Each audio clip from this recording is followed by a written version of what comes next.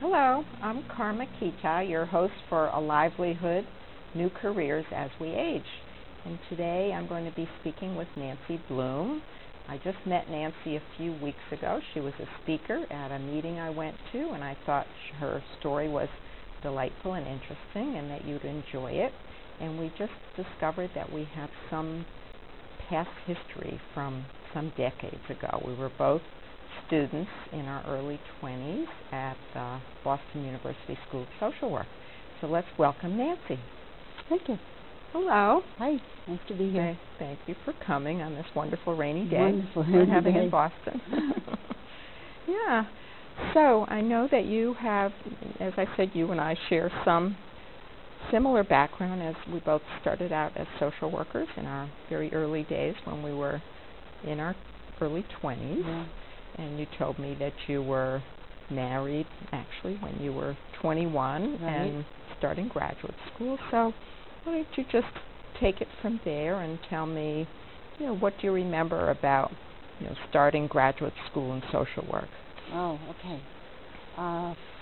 First, I think it was interesting for me to decide to not go into casework, which was the ordinary thing that people did and what I think I had planned on doing.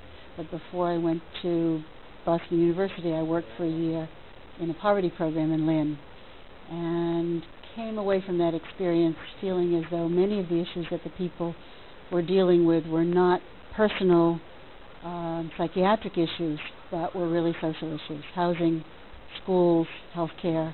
And I felt that it was important to try to address those before we really would be able to do very much for their intrapsychic problems. And so when I started, switched to a different major. That's right. So I was a community organizing major, of which there were only 4 at BU School of Social Work at the time. Well, I'm curious about it, and maybe you are too, about how you chose. Well, first of all, the career of social work, because there are certain values associated with social work that you probably have lived out in your various jobs. And anything to say about that? I think as I'm aging, I'm becoming more and more aware of how much each of us comes with a set of who we are. I'm watching it in my grandchildren. I watch it in our children. And I think, to some extent, I always felt what I want to be when I grow up is a social worker. I just felt I like people. I'm interested in knowing about people's stories. I think for me to feel as though I'm living a life that has some meaning and purpose, I need to feel as though I'm being helpful in some small way. I think when I went into community organization, I thought I would be able to be helpful in a large way, changing social structures, fixing our healthcare system, that improving you would be able the to schools. affect more people. Yes, that's right.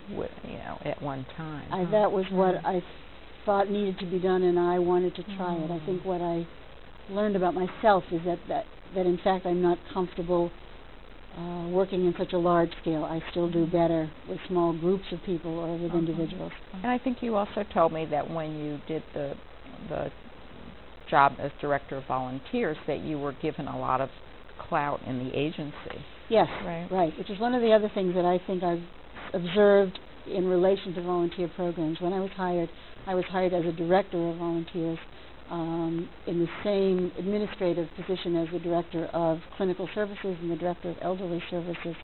So the message given, I think, to the staff who don't necessarily know if they want volunteers involved with their clients is that this was something that the administration valued and felt would be useful to the agency and to the clients. And so it gave me access to the entire workings of the agency and an ability to shape things that hopefully met the needs of the different programs. But it was it made it easier, I think, to do my job.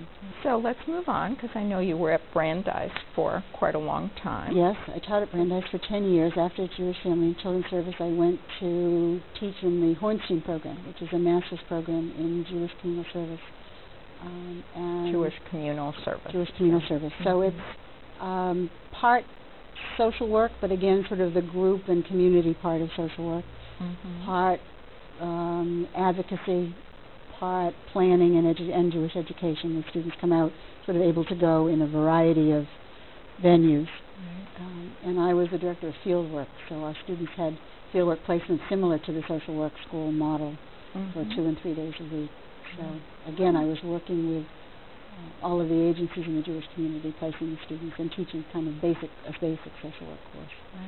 It was great. I loved it. Yeah. And you were there how many years? I was there 9 years. Right. So then, as I said in the introduction here, when I heard you speak a few weeks ago, it was at a meeting through SOAR 55, which is an organization in a suburb outside of Boston here in Newton. And I always forget what SOAR stands for. I think it's Service Opportunities After Retirement. Okay, Service Opportunities After Retirement, and then 55 is after that. Right. Yeah. So it's part actually of the national RSVP program. These are programs that are supported by the federal government throughout the country for people over 55 who want to be involved in volunteering. Yeah, and I actually did write a little piece about it after I heard you and a few others speak. So there is a piece about SOAR 55 on my blog, which is retirementasuwantit.com. Someone directed me to SOAR, and I met with Jan Latore-Stiller, the director. And she gave me... So let's say her name again. So okay, Jan Latore-Stiller. Okay. Yep. And she is the director. She is the director of SOAR. She's been there many years and is delightful and wise. And she gave me the list that they have of lots of really neat volunteer opportunities. Most of them the same kind of service opportunities that I had done: tutoring, mentoring. They have a great program working with people in prison who are trying to get their college degree, but again, I had figured out that wasn't really what I wanted, so... Because you didn't really want the one-on-one anymore. That's right. So I said to her, I'm going to do to you what I never really liked people to do to me when I was interviewing them, but I said, there's nothing here that I want. She said, what do you want? And I said, I like sort of mentoring and helping people or organizations grow, and I want to sort of learn new things. And she said, well, we're just starting a new program, training people to become consultants for small nonprofit organizations, management consultants. It's a marvelous group of people who you get to meet. The thing that we now see is that the boomer population that is out there has very rich skills, and many want to use them. So there's a lot of people.